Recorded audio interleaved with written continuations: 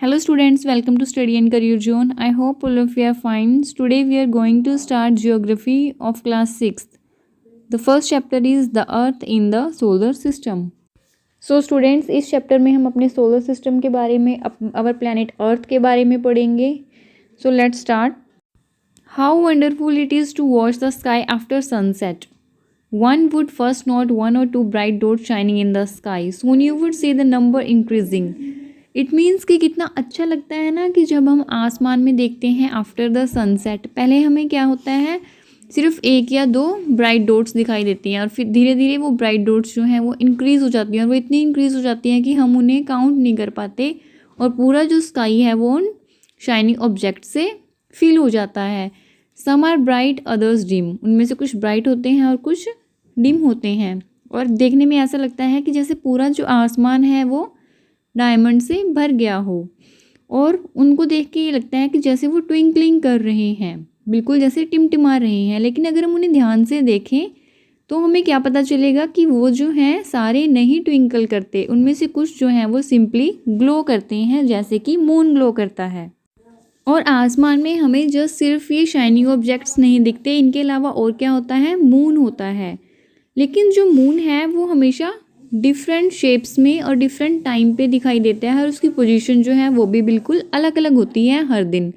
कई बार जो है हम पूरा मून देखते हैं, फिर आधा आधा होता जाता है और एक दिन क्या होता है, मून बिल्कुल भी नहीं होता.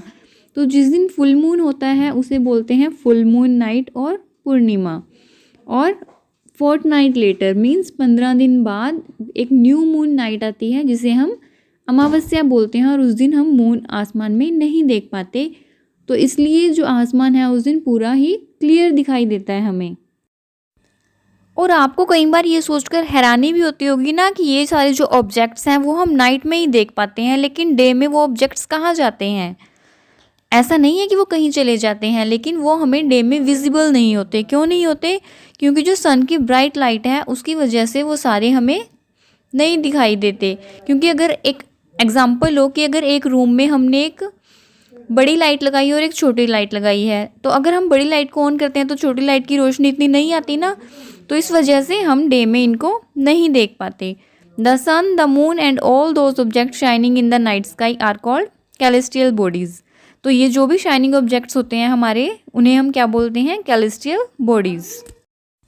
कुछ कैलेस्टियल बॉडीज़ जो होती हैं वो बहुत ज़्यादा बिग और हॉट होती हैं और वो गैसेस से बनी होती हैं. उनकी अपनी हीट और लाइट होती है जो वो लार्ज अमाउंट में एमिट करते हैं. ऐसी कैलेस्टियल बॉडीज़ को हम स्टार बोलते हैं. और जो हमारा सन है वो भी एक स्टार है. Countless twinkling stars in the night sky are similar to the sun. जो हम रात को स्टार्स देखते हैं वो भी बिल्कुल सन के जैसे हैं, लेकिन वो हमें जो है इतने हीट और लाइट क्यों नहीं दे पाते, क्योंकि वो जो है अर्थ से बहुत ज़्यादा दूर है. तो जो सन है वो नियरेस्ट स्टार है अर्थ का. एंड यू नो, जब आप रात को स्टार्स देखते हो तो आप में से कईयों ने नोटिस भी किया होगा कि कुछ स्टार्स जो हैं वो अपना एक अलग से पैटर्न बनाते हैं और वो जो पैटर्न है वो सिमिलर रहता है, हम रोज़ उसे देख सकते हैं.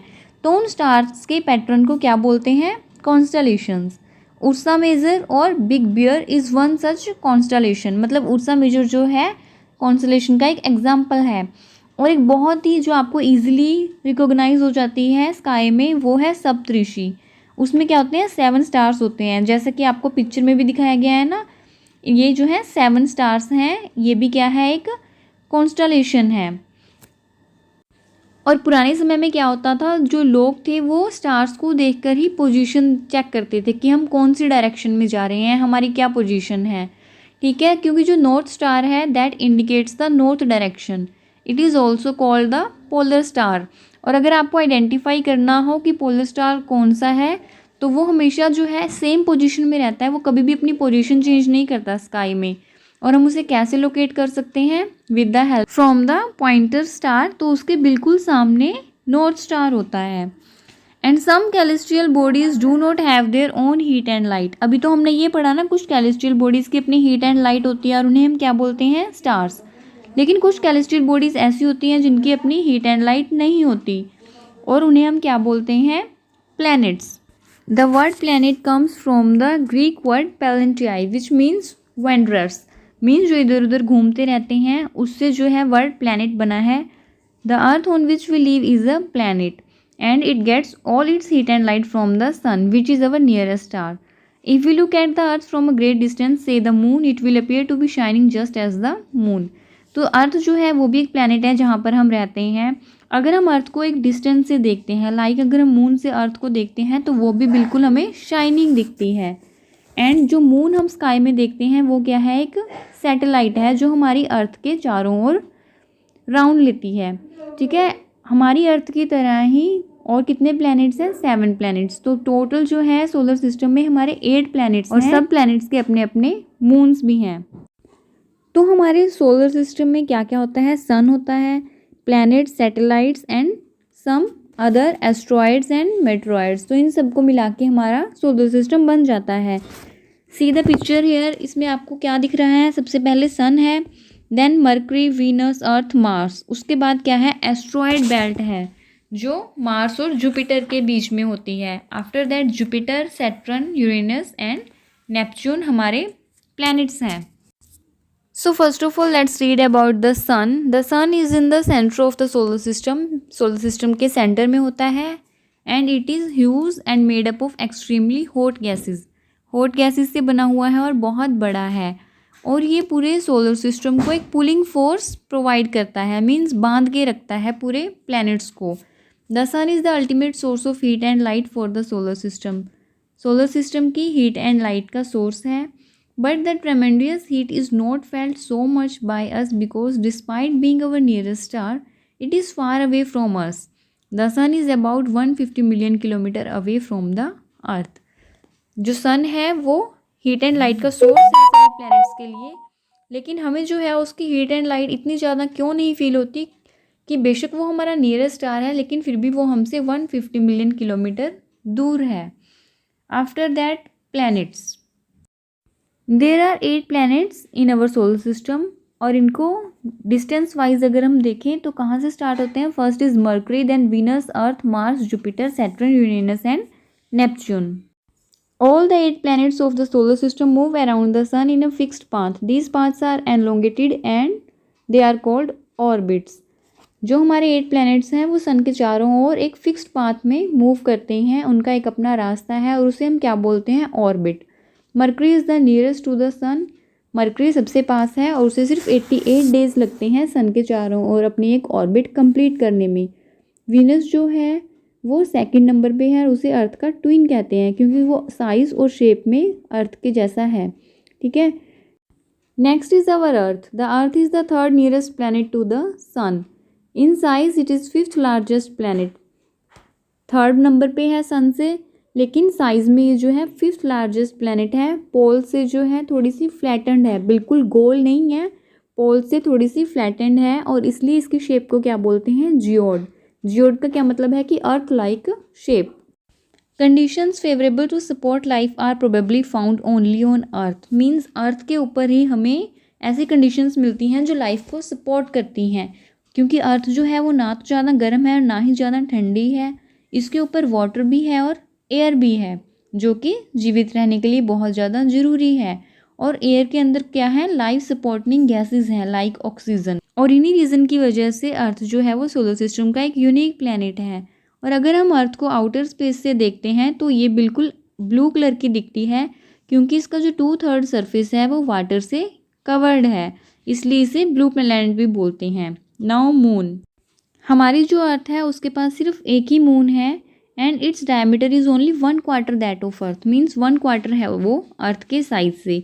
वो बहुत बिग दिखता है क्योंकि वो हमारे प्लैनेट के बहुत ज़्यादा पास है, but it is about 3,84,400 kilometre away from earth. मतलब वो हमसे जो है 3,84,400 किलोमीटर दूर है। The moon moves around the earth in about 27 days. तो जो मून है वो हमारी अर्थ के चारों ओर अपना एक राउंड 27 डेज में कंप्लीट करता है। As a result only one side of the moon is visible to us on the earth. क्योंकि जो ये 27 डेज हैं वो अपने स्पिन करने में भी उतना ही टाइम लेता है और हमारी अर्थ के अराउंड अपना एक चक्कर कंप्लीट करने में भी इतना टाइम लेता है, इसलिए जो है हमें सिर्फ मून का एक ही फेस दिखता है। The moon does not have conditions favourable for life. Moon के ऊपर लाइफ के फेवरेबल कंडीशंस नहीं है, ना वहाँ पर पानी है ना एयर है। वहाँ पर माउंटेन्स हैं, प्लेन्स हैं, डिप्रेशंस हैं, डिप्रेशन मीन्स गड्ढे हैं, and these cast shadows on the moon surface. और जब हम दूर से मून को देखते हैं ना तो हमें लगता है ना कि कुछ उसमें शेडोज बनी हुई हैं, तो that's due to that mountains and depressions.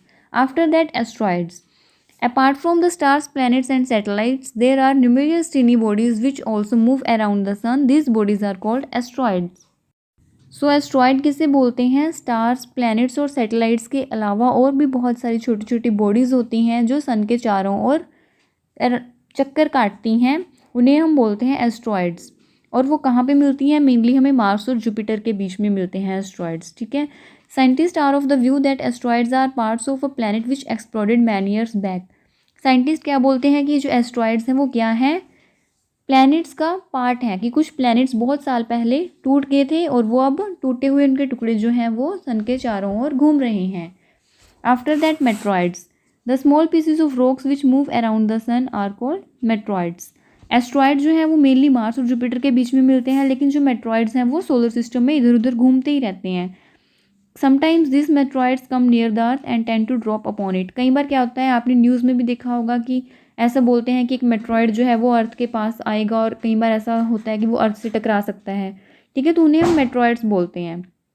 During this process due to friction with the air they get heated up and burn. और कई बार क्या होता है, जब ये अर्थ में एंटर करते हैं तो हीट की वजह से बर्न हो जाते हैं।